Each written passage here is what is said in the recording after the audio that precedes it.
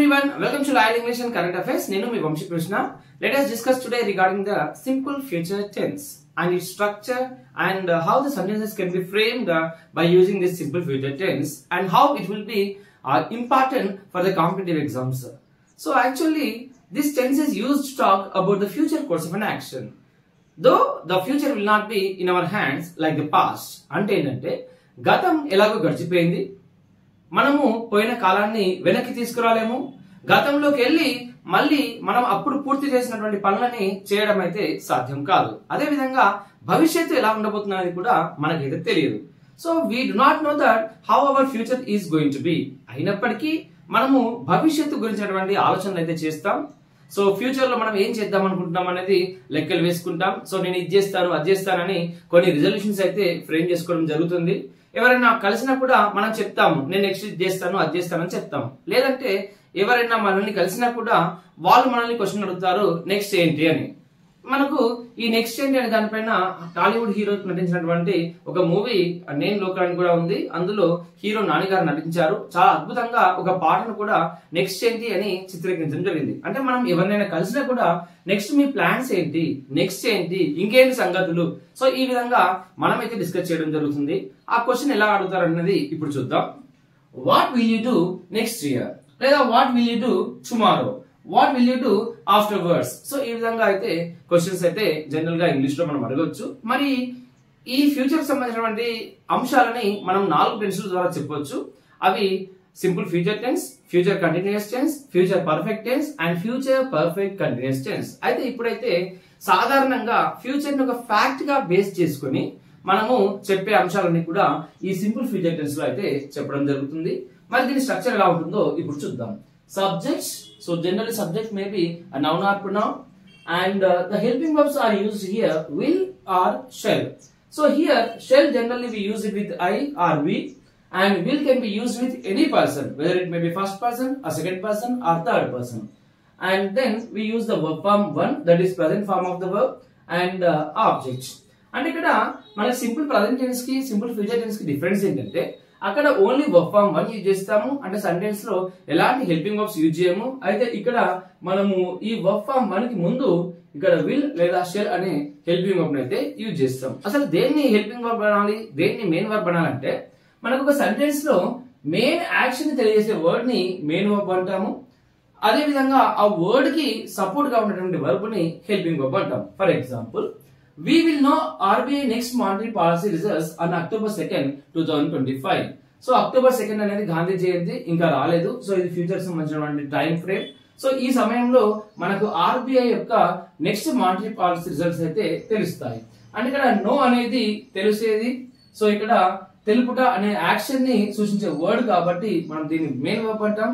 అదే విధంగా విల్ అనే వర్డ్ ఈ నో అనే వర్బ్ కి సపోర్టివ్ గా ఉంది. Hence it is known as helping verb or auxiliary verb.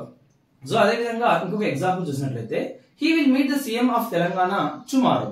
అంటే అతడు తెలంగాణ చీఫ్ మినిస్టర్స్ ని రేపు కలుస్తాడు. అంటే అనుముల రేవంత్ రెడ్డి గారిని అతడు రేపు కలుస్తాడు అని ఇక్కడ నేను చెప్తున్నాను. అంటే ఇక్కడ సబ్జెక్ట్ అబ్జర్వ్ చేయండి. హీ, విల్ అనే హెల్పింగ్ వర్బ్ ఉంది, మీట్ అనే వర్బ్ వర్బ్ ఫార్మ్ 1 లో ఉంది. అదే విధంగా the chief minister of Telangana అనేది మనకు ఇక్కడ ఆబ్జెక్ట్. అదే విధంగా ఇక్కడ టైం ని సూచించే ఒక అడ్వర్బ్ కూడా ఇక్కడ ఉంటుంది. అంటే టుమారో అని, ద నెక్స్ట్ డే అని, ద ఫాలోయింగ్ డే అని, ద నెక్స్ట్ వీక్ అని, నెక్స్ట్ మంత్ అని, నెక్స్ట్ ఇయర్ అని, ఇలా టైం ని సూచించే అడ్వర్బ్ లేదా అడ్వర్బ్ ఫ్రేసెస్ కూడా మనం ఈ సింపుల్ ఫ్యూచర్ టెన్స్ లో అయితే ఉపయోగించడం జరుగుతుంది. సో ఇంకా రెండవ సందర్భం ఏంటంటే మనకు భవిష్యత్తులో ఇది జరుగుతుంది అని నేను ఆలోచిస్తున్నా, అంటే నేను అనుకుంటున్నా, ఇది జరగవచ్చు ఇట్లా అని అనుకునే అంశాలను కూడా మనం సింపుల్ ఫ్యూచర్ టెన్స్ లో చెప్పొచ్చు. అంటే this tense is used to talk about the things that we believe or we think that will happen in the future. For example, I think India will win world cup in 2027. So cricket కి సంబంధించి మనకు world cup ఎప్పుడు ఉందంటే 2027 లో ఉంది. So నేనేమనుకుంటున్నా అంటే India గెలుస్తుంది అని అనుకుంటున్నాను. అంటే 2027 అనేది భవిష్యత్తుకు సంబంధించినటువంటి టైమే కదా. సో ఈ భవిష్యత్తులో ఇండియా గెలుస్తుంది అని నేను ఇప్పుడు అనుకుంటున్నాను. అంటే ఇలా అంశాలు మనము సింపుల్ ఫ్యూచర్ టెన్స్ లో చెప్పవచ్చు. అదే విధంగా I'm sure Pavan will get a first class. So Pavan అనే అబ్బాయి బాగా చదువుతున్నాడు. సో నేనైతే ఖచ్చితంగా చెప్పగలను అతడు ఫస్ట్ క్లాస్ సాధించగలడు అని. అంటే ఇలాంటి అంశాలని నేను అనుకుంటున్నాను, నేను ఆలోచిస్తున్నాను, నేను ఎక్స్పెక్ట్ చేస్తున్నాను, నేను గెస్ చేస్తున్నాను. సో ఇలాంటి అంశాలన్నీ కూడా మనము ఫ్యూచర్ సంబంధించినటువంటి అంశాలు చెప్తే మనం ఇట్లాంటి అంశాలన్నీ కూడా సింపుల్ ఫ్యూచర్ టెన్స్ లో చెప్పొచ్చు. అయితే ఇలాంటి అంశాలకి మనం గుర్తుపెట్టుకోవాల్సిన అంశం ఏంటంటే ఐఎమ్ షూర్ అని, ఐ థింక్ అని, ఐ ఎక్స్పెక్ట్ అని, ఐ గెస్ అని, ప్రాబబ్లీ అని ఇట్లాంటి వర్డ్స్ అయితే మనం యూజ్ చేస్తాం. సో కాంపిటేటివ్ ఎగ్జామ్స్ లో మనకు ఇలాంటి వర్డ్స్ ఏమైనా కనబడితే ఇలా ఆబ్లిక్ ఇస్తారు. సో ఇలా ఆబ్లిక్ ఇచ్చి ఏ ఆబ్లిక్ లో ఉన్నది మనకు తప్పు అని అడగొచ్చు. అంటే ఇక్కడ నెంబరింగ్ ఇస్తారు 1 2 3 4 అని. సో అలాంటి సందర్భంలో ఏ పార్ట్ తప్పు అని, ఏ పార్ట్ రాంగ్ గా ఉంది అని అడగొచ్చు. ఇంకొక ఆప్షన్ ఏమి ఇస్తారంటే నన్ అని కూడా ఇవ్వడం జరుగుతుంది. అంటే ఇక్కడ 5th అని ఇచ్చి నన్ అని అడగొచ్చు. సో అలాంటి సందర్భంలో మనకు ఇవన్నీ కూడా కరెక్టే కాబట్టి అక్కడ నన్ అనే ఆన్సర్ అయితే పెడతాం. అంటే ఇక్కడ ఐ థింక్, ఐఎమ్ షూర్ ఇలాంటి వర్డ్స్ వచ్చినాయంటే ఈ సెంటెన్స్ అంతా కూడా సింపుల్ ఫ్యూచర్ టెన్స్ అని మనం అయితే అర్థం చేసుకోవాల్సి ఉంటుంది. ఇక మూడో సందర్భం వచ్చేసి అఫీషియల్ అరేంజ్మెంట్స్ సంబంధించినది. అంటే ఒక చీఫ్ మినిస్టర్ ఎక్కడికైనా వెళ్ళినప్పుడు కానీ, లేదా ప్రైమ్ మినిస్టర్ ఎక్కడికైనా వెళ్ళినప్పుడు కానీ, లేదా ఎవరైనా దేశాధ్యక్షుడు మన కంట్రీని విజిట్ చేసినప్పుడు కానీ, లేదా ఎవరైనా ఒక కంపెనీ యొక్క మేనేజింగ్ డైరెక్టర్ కావచ్చు, సిఇఓ కావచ్చు, ఎక్కడికైనా వెళ్తున్నారు అనుకుంటే వాళ్ళ పిఎస్, వాళ్ళ ప్రోగ్రామ్స్ అన్ని కూడా టైం లైన్ ప్రకారంగా ఒక షెడ్యూల్ అయితే డిజైన్ చేస్తారు.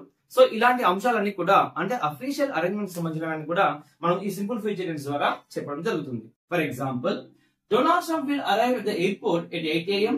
He will meet the President of India at 8:15 a.m.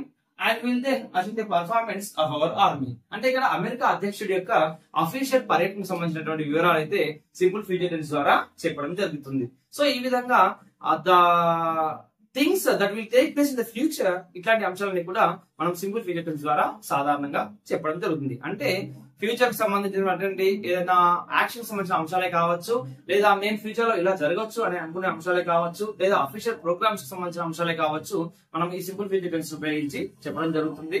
So ఇవి ఫ్రెండ్స్ సింపుల్ ఫ్యూచర్ టెన్స్ సంబంధించినటువంటి అంశాలు. సో మీకు కనుక ఈ వీడియో నచ్చినట్లయితే వీడియోకి అయితే ఒక లైక్ అయితే ఇవ్వండి. అదే విధంగా ఈ వీడియోని మీ ఫ్రెండ్స్ కూడా షేర్ చేయండి. సో మరి కొన్ని అంశాలతో మరొక వీడియోతో మళ్ళీ కలుద్దాం. So thank you very much.